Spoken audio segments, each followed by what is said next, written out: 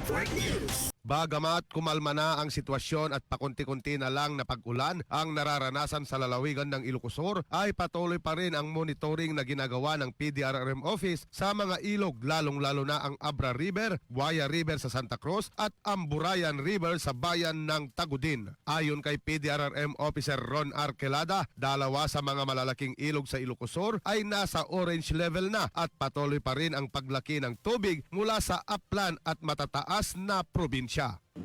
So far yung Abra River ay nasa normal level pa.